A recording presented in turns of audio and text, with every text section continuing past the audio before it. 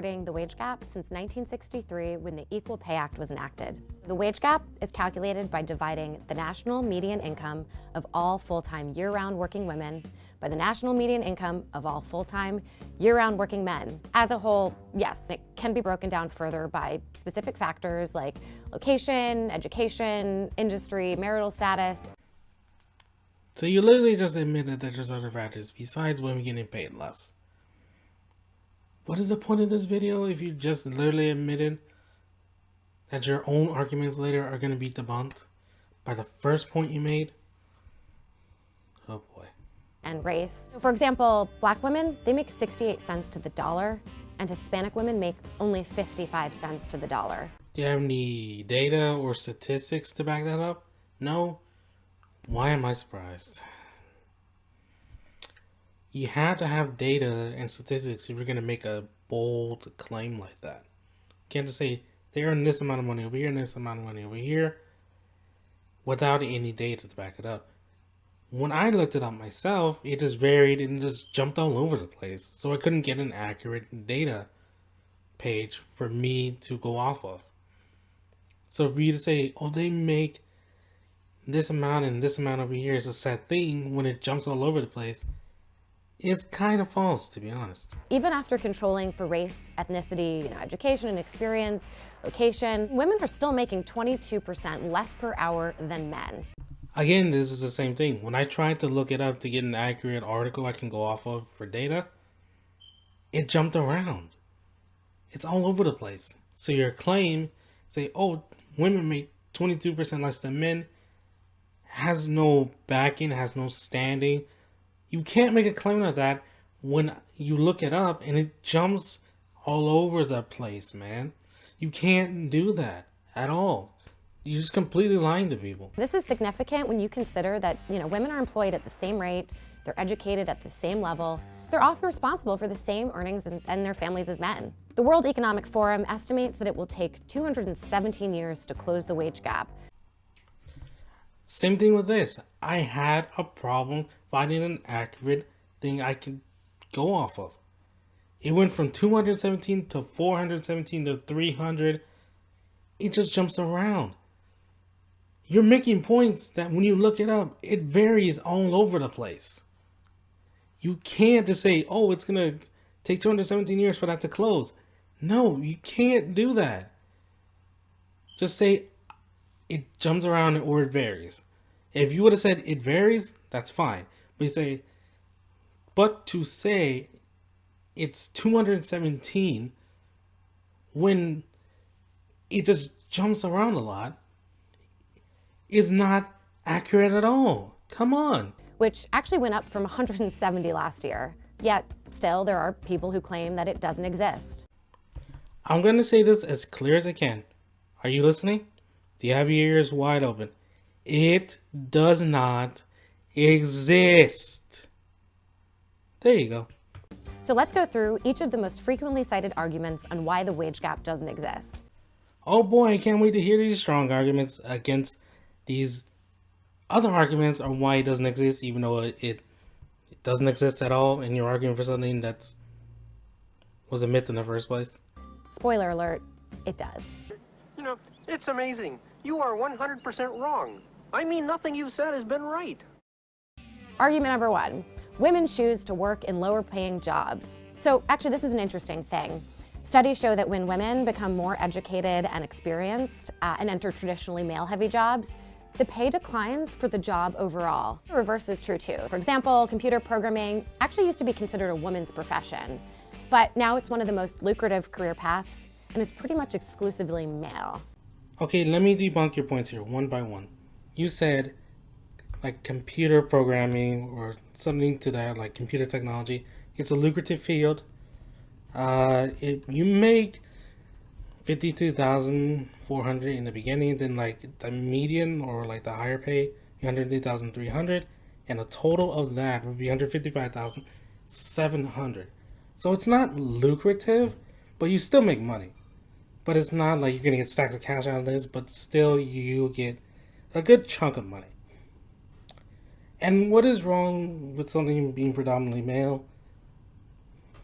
And When I went to school, when I went to college, when I studied information technology myself, there were ladies in that class that studied that. So your theory about that's completely wrong.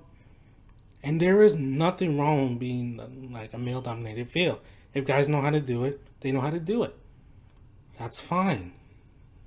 Why are you getting a little snippy about that? But there's nothing stopping you from going into that field in the first place. There's nothing stopping you. Women don't negotiate. That's a frequently cited argument. I've heard that they don't, and I've also heard that they do. So according to what you're saying, it depends on who you ask. Here's my point. If you want something and you feel like you deserve that raise and you've been there long enough, and you've had tenure and all that, go and ask for it. There's nothing wrong with asking. I'm pretty sure the boss will say, you know what? Hey, you've been here long enough. Hey, you deserve this raise. It's pretty much simple. That's all it is. I think a lot of women are very concerned that if they ask, they're not going to be liked, or they're afraid that they're going to rock the boat. That's largely because that's how women are socialized. Okay, what do you mean if you ask for a raise, you're going to rock the boat? Where did you get that from? No one thinks like that anymore, okay? Nobody. Did you forget what time you're living in? It's 2018. Did you forget what time you're living in? Where have you been? Under a rock? And no, that's not how women are socialized, okay? So get off with that BS as well. According to a study that The Guardian did, women do negotiate as much as men. They're just less likely to receive them. We think this is due to what's called the double bind. Okay, your first point is, oh, women receive raises less. No, that's not true at all. If you want something, go and ask for it. If you've been there long enough and you feel like you deserve it, go and ask. He doesn't give it to you. Leave. You have either option one, leave, or continue to work there until you get that raise. Those are your two options.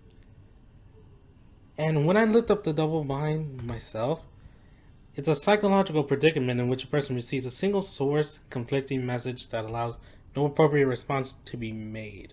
In other words, a dilemma. So basically what you just said was dilemma. And no, women are not in a dilemma when they ask for raises. Go and ask. And like I said, you have those two options that I just mentioned before. So you're not in a double bind at all. Essentially, it's when women are perceived as acting outside of the social norm of how we would expect a woman to be. No, that's not what a double bind is at all. Like I said, it's a dilemma or just a predicament where a person receives a single source of conflicting messages that allow no appropriate response to be made.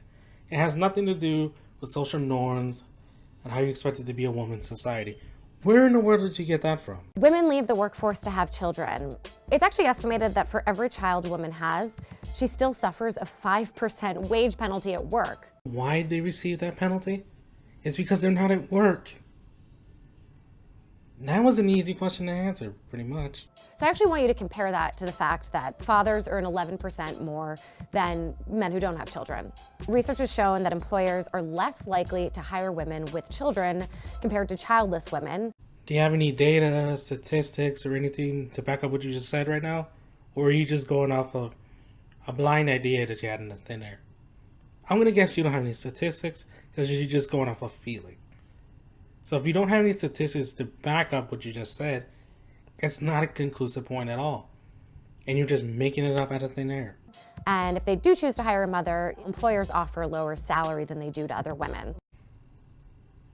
The reason they offer a mother with children less salary is because they figured, hey, you want to go spend time with your children and you don't want to be at work all day and all night, you know? That's the reason. Men have more education and experience. First, women actually are 60% of today's college graduates. We're the majority, but less than 22% of us are making it past middle management. So you say 60% of women are college graduates. Okay, fine. But did you specify what field did they go into?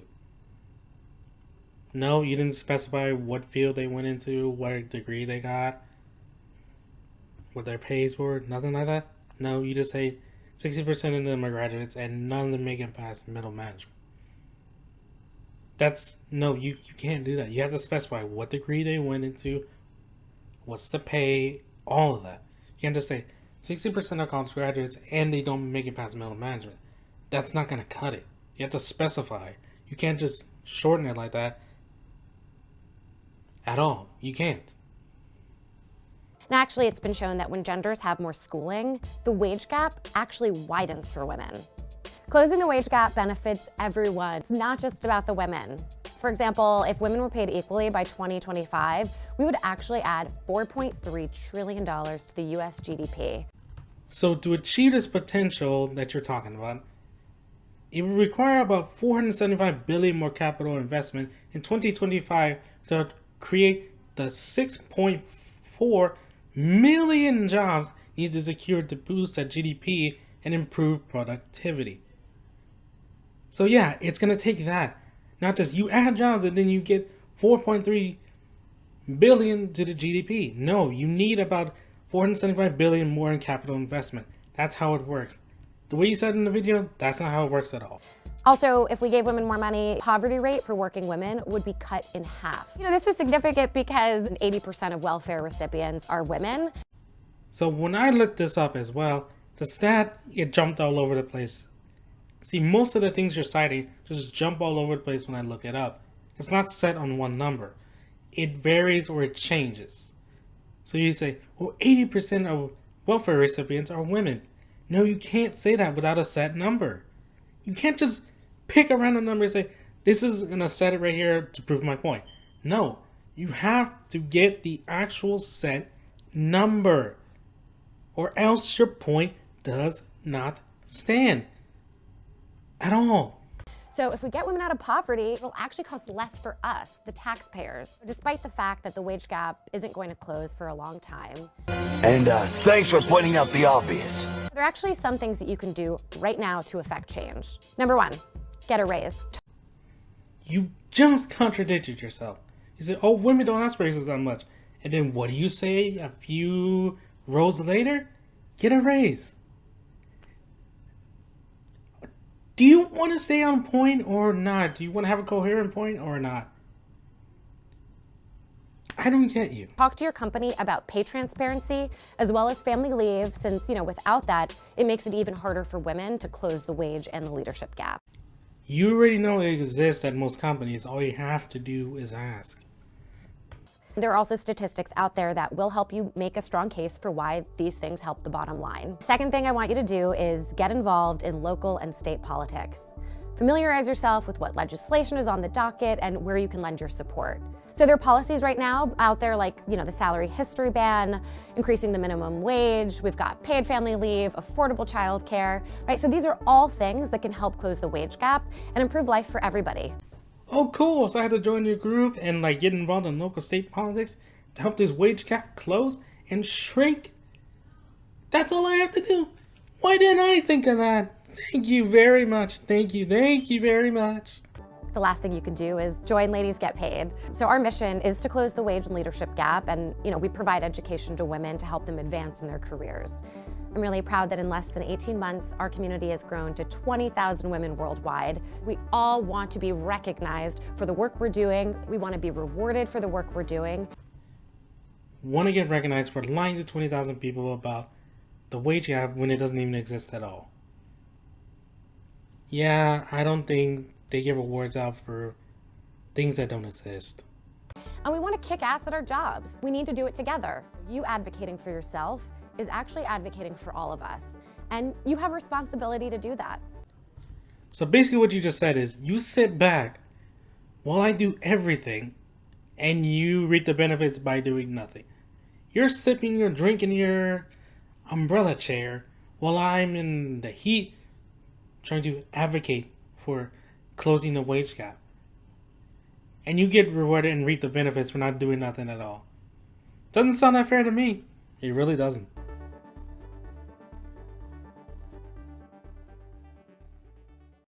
We've got to have money.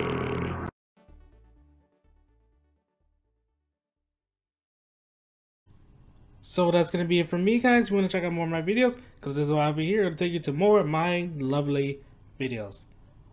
Also, I have a Tumblr now. You can check that out. I will leave all my social media links in the description below, as well as all my sources. Have a great day, guys. Remember to stay awesome.